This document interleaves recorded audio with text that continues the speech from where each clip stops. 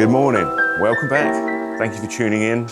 So, due to the fact that it's June and it's been pissing with rain for about 10 days, the plan to insulate 2 customer vans and do a spray foam video is slightly on hold. They're ready to be done, but yeah, I was expecting it to be good weather so we can actually operate outdoors, as my workshop will only fit one van inside. So we've got space outside for 3, so it's meant that we can't do any work outside basically. So now the weather has calmed down, I'm gonna do an update video. So this is just a quick 10-minute video, hopefully, just showing you where we're at and what I've been up to, how the workshop's looking. As you can see, there's no van in here. We're in kind of painting and prepping mode. So I'm gonna quickly whiz you around the 3 vans that are outside and just show you what we've been doing. There's been some changes to the paint, but I'll show you that now quickly. So previously we had these green drying racks that are from a company called Sandtech. I bought them end of last year because we needed somewhere just to store strips of wood and stuff like that. They're really useful. You can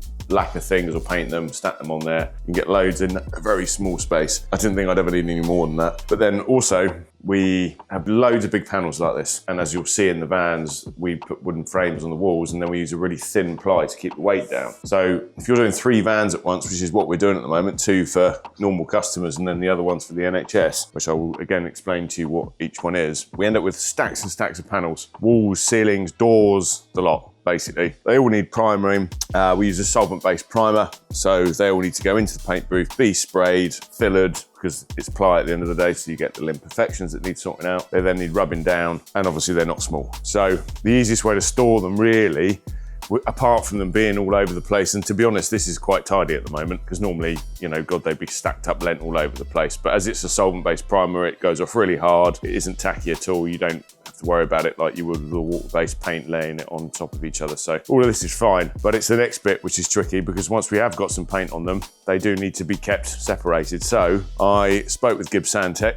They sell these. These are called expanders, and they're really good because they concertina back into each other themselves, and then become narrow, so you can move them out of the way, and then they don't take up as much space when you're not using them, but most of the time we'll obviously have them out here. Basically, a jumbo version of that. Far more expensive, annoyingly, but it is what it is. They are quite a lot more heavy duty than those. Just means that when we're in here, we can essentially use this space to sand and get the panels ready, and then one by one bring them in here, paint them, and then rack them basically, and then they've got space to dry. They're kept relatively flat, and it means the whole workshop doesn't stop because we've got stuff being painted. Perhaps interesting for some people is how we do the painting. So we've got 2 pressurized pots. So this has got a pre-cap white primer in it, which runs off of this gun here. So it's permanently pressurized. The air line's then connected to it, and essentially you can just spray until it runs out. To be honest, I wish I hadn't got such a small one for this because it hasn't got a mixer on it. This is just a handle. I wish it had a mixer like this one does, because this is our big boy. So it's 30 litres of pre-cap primer. So this is just basically just permanently connected to a really nice DeVilbiss gun, and I just pick this up, connect an airline, and it just goes. I have never had to clean this gun apart from just occasionally giving it a wipe over. It sprays perfectly, it's never blocked. This, on the other hand, I left for the same amount of time and was blocked, so I had to fill it with thinners and leave it for hours and let it kind of sort itself out, and then eventually it started spraying clean again and all the thinners blew out. So I wish I'd got the 30 litre, so another one of these. So I'm waiting for Vivor, which I know some people think is garbage, but to be honest, for something like this, it's been mega. So yeah, Vivor. Yeah, they're good. I'm waiting for them to come back in stock. I'm getting another one. So yeah, and then when we're in here, we've also got hanging rails above my head, as you can see there. So we will hang cabinet doors and stuff like that when we're spraying, because obviously you've got to get to both sides on cabinet doors. So we'll often hang stuff in here, which works well, and obviously then goes on to being fitted to a kitchen or something like that, whatever really. We haven't got a gigantic site given the part of England that we're in. We're not in the middle of the countryside in the middle of nowhere. We are quite close to a town in a fairly expensive area, so it's difficult to get a lot more space. And the only reason this workshop is the way it is you watched the first video I did a few weeks ago now, kind of explaining what I'm doing now and why the channel name has changed. This workshop is now very big in terms of how much space it's got, but that is only because I've invested my own money rather than going somewhere else and paying more rent for it. So we've got a much better, more capable workshop now because of my mad OCD obsession with making things better constantly. So it's just how it is, really, but why not? I love being in here. I've put that across already anyway. So another thing that's quite cool is obviously the welding room, again shown in the last video when I talked about what showed the welding table being changed and the welding trolley that we made. Yeah, it's just all flowing really well. Made some awning brackets, which I'll show you in a minute. This is just stuff for the Subaru, which I've just got to put some paint on. But yeah, those will be going into the pile of bits to fix that, which again will be another video in the next sort of week and a half. But yeah, now computer area is all really nicely set up. I finally got our Revo Point 3D scanner out, which again, I'll probably do a video on when I know how to use it, but that will essentially enable me to scan various objects like this little test chap it comes with and import it onto the computer, and then hopefully be able to then modify and adjust things and then have this 3D printer make it. So we've got plans to make wing mirror covers, for example, for a Sprinter. So when we're selling one, we want it to have its own wing mirror covers with our brand on it. Overall, it's really functional in here now. The fixture table is already a game changer, and having a smaller table I can move around, a better positioned chair, having the welders there that I can just plug one in, grab a TIG rod, turn whichever bottle on that needs to be on, and yeah, just go basically. So I've got both the earthing clamps there. I can just grab the TIG torch. If I don't need the whole 6 meters, I can leave it partly wound up. It's not meant to be super pretty, it's just meant to be functional, and that's what it is. So yeah, it's really good, and I'm glad the plasma tables had a bit of a workout recently because we were just focusing on woodwork and doing other stuff really, and I really wanted to make some use of it. So yeah, it's lovely, really happy with that. So I'll quickly take you outside to the vans. This is the spray foam we're going to be using, by the way, honey foam. My 2Js here is still sitting there, wait for that. So outside we've got a Citroen relay that's brand new, another Citroen relay that's not brand new but low miles, and then we've got a Ducato, which is brand spanking new, very nice spec one. So this is basically a customer van that they'll be using for luxury holidays. I'll give you a more thorough rundown of what we've done in here, but essentially we've got one type of insulation in the walls, another type of insulation to fill up some of the cavities in these walls, because anyone that's used spray foam before and something that's got all sorts of cavities and weird spaces, filling up this sort of area is all good and well, but half of it's going to come back out again and you're going to make a massive mess of it. So we're going to encapsulate this recycled bottle wool insulation within the spray foam, so we'll have more of the flat areas to get with the wide fan of the spray foam. So windows are all taped up. We've just got to tape up this very expensive skylight, get that protected. Doorways are all prepped for carpet. All the door panels are inside. Doors are all insulated, so we're going to just bag this up basically. This one's really cool. We're lucky to be doing this one. This is a community health bus for the NHS.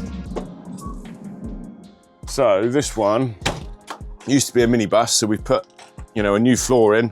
We've framed all the walls and everything. We're keeping this kind of curved area. All the window frames are going to be our style, so they're going to be all framed so you can see where all the openings are going to be. So they'll still have the bonded window from the outside, but the van is being wrapped by a company once this is done, so they'll pick it up from us, and then the wrapping company will then do their thing outside. So, and then you'll see, obviously, we've got nothing on the rear doors, but those are inside, so we've got nicely framed openings now for windows to go in. So they're going to have 8 windows that are all really nice wooden window frames with a nice reveal that kind of nearly touches the bonded window. Yeah, it's going to be super homely in here. These are IKEA that we've kind of upgraded. So we've put new knobs on them, we've put these tops on them, we've put this powder coated trim on it, which is RAL 7004, and then we've got new ply inserts that are really pretty. So overall it's like an upgraded IKEA basically, because it just didn't need to be anything more than that for the budget that they wanted us to do it for. They're still going to be really pretty. They're going to be sitting one here, one there, and all the electrics are going to be hiding in the bottom of one of them. So actually one bottom section of it is actually 2 of the drawers are not functional anymore. It's all been gutted, so essentially we're going to have an electrics cupboard in there with a removable front panel, which is cool. They're going to have a skylight obviously, and they're going to have a strip wood ceiling with LED strips running down it, and then one either side at the kind of top edge of these walls. So it should be really nicely lit. It'll be very cool. This one is a Citroen relay for a couple local to us in Southampton. They're basically wanting a new off-grid camp. The cool thing about this is our awning brackets are on this one. So these are the BHRK awning brackets. So you look up the van, you can see much better than the boring Fiamma brackets that we always use. So these have obviously got the Fiamma plates bolted to them, but they've then got the cool hexagon cutouts that we've done with the plasma table. So yeah, I think that's pretty sick. So we're going to be using those from now on. I won't be buying any more Fiamma brackets because they're a pain in the ass to put together. They're not very strong and they're quite expensive. So I'm going to put ours up for sale for a similar price, but ours are going to be more substantial and they're going to look much better. So keep an eye out for those. They're going to be going on the Van House website, and then I'll also put them on our eBay. So yeah, if you want a set of those, feel free to leave a comment and send a message, whatever.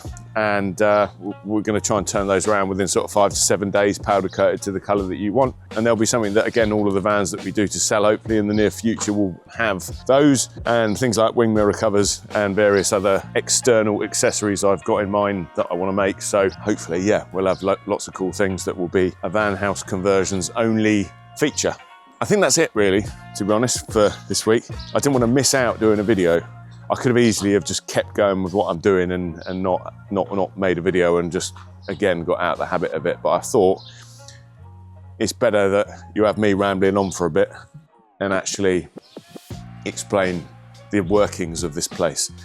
So at the moment, it's not anything car related. It's very much van focused. It's very much getting things done in the right order, bulk painting, bulk sanding, labeling everything very carefully, and then getting some paint on, ideally then insulating and getting all those panels fitted so the van goes from looking like a bit of a skeleton to a pretty box with lovely painted walls and ceilings and nice window frames in, and then we can get on to furniture and showers and bed frames going in. You can see behind me I've got a bed frame there. This one is for the white Citroen Relay, so again, steel bed frame that we make here. Obviously rigids up the back of the van, doesn't flex, doesn't warp. It's just a good sturdy way of putting a bed frame in, and they're quite petite. It's only 25 by 50 box section that I use, so they're less chunky than making a wooden bed frame like I've done in the past. And obviously wooden bed frames creak and things can bend and move, and if you pick up a wooden bed frame that's got to be strong enough, it's going to be a similar weight to what that box section is, because it's only 1.5 mil wall anyway, so